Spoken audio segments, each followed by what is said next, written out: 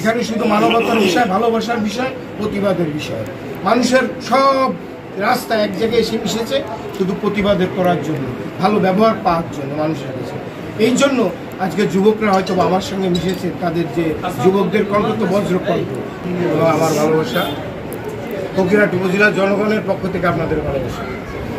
আমার এই বিজয় এবং যে আমার কৃতিত্ব, এটা ফকিরহাটের জনগণের প্রতি উৎসর্গ করলাম। আমি প্রশাসনের সার্বিক সহযোগিতা তাদের প্রতি উৎসর্গ করলাম। সর্বশেষ আমার সাংবাদিক ভাই, আমিও নিজে সাংবাদিক পেশার সঙ্গে দীর্ঘদিন জড়িত, আপনাদের প্রতি আমি উৎসর্গ করলাম। আমার যে উৎসর্গ, এটা ভালোবাসার উৎসর্গ, বিজয়ের উৎসর্গ। ইনশাল্লাহ কোনো এক সুন্দর সময় ইনশাল্লাহ এই বিজয় আমরা আরো সম্মিলিতভাবে উৎসবে পরিণত করব। আবার দেখা হবে। বাবু ভাই, আপনার কাছে আরেকটা বিষয় আমরা জানতে চাই। আজকে এই নির্বাচনকে কেন্দ্র করে আমরা দেখেছি যুব সমাজ আপনার জন্য যা করেছে তা আসলে ভাষায় প্রকাশ করা যাবে না। সেই উপলক্ষে আসলে আপনি যুব সমাজকে নিয়ে কিছু চিন্তা করছেন কিনা? আসলে কি, আমার বয়স 50-51 বছর চলে। আমি একটি ছাত্র সংগঠনের সঙ্গে জড়িত। আমি এটা খোলসা করে আপনাদেরকে বলি, আমি ছাত্রলীগ করেছি 27 বছর। এই ফকিরহাটের যে যুবক সম্প্রদায়, ছাত্র সম্প্রদায়, এদের ভালোবাসা, নিঃস্বার্থ ভালোবাসা আজকে আমি এই পর্যায়ে এসেছি। আমি যুবলীগের জেলার আহ্বায়ক আজকে 9 বছর। তো আমাকে ভালোবাসে, আমি ভালোবাসি, তারা আমাকে ভালোবাসে। এখানে কোনো বিনিময় নাই, না বিনিময় ছাড়া আমাকে ভালোবাসে, আমিও তাদের ভালোবাসি।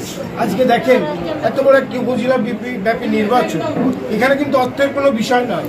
এখানে শুধু মানবতার বিষয়, ভালোবাসার বিষয়, প্রতিবাদের বিষয়। মানুষের সব রাস্তা এক জায়গায় এসে মিশেছে শুধু প্রতিবাদের করার জন্য, ভালো ব্যবহার পাওয়ার জন্য মানুষের কাছে।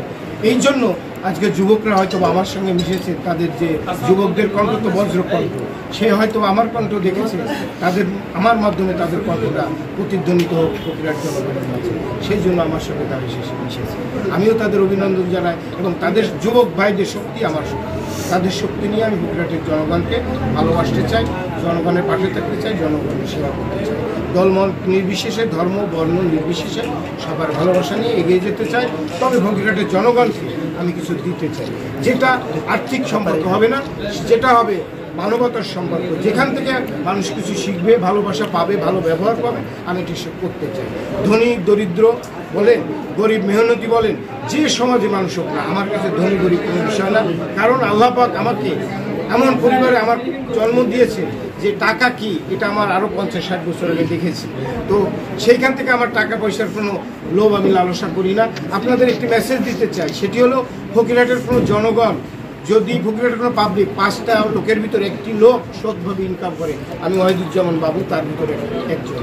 দীর্ঘ কয়েক বছর আমি ছাত্রলীগ যুবলীগ করার ভিতর থেকেও অনেক রকম অনৈতিক বলেন বা বিপদের যে পথের ইনকাম সেটা বলেন, এটা আমি করার সুযোগ পেয়েছি। আমি এটা কোনোদিন করি নাই, আমার ভবিষ্যতে কোনোদিন করার ইচ্ছা নাই। আমি বাইরের থেকে আমার এই জীবনে একটি লাল চা খাওয়ার পয়সা আমি কোথা থেকে গ্রহণ করি না। ইনশাল্লাহ এই জন্য ফকিরহাটের জনগণের বিজয় হয়েছে, আমার বিজয় হয়েছে। আপনাদেরও ধন্যবাদ। আপনারা ভালো থাকবেন সাংবাদিক ভাইয়েরা, আবার দেখা হবে। জি, আপনাকে অসংখ্য ধন্যবাদ।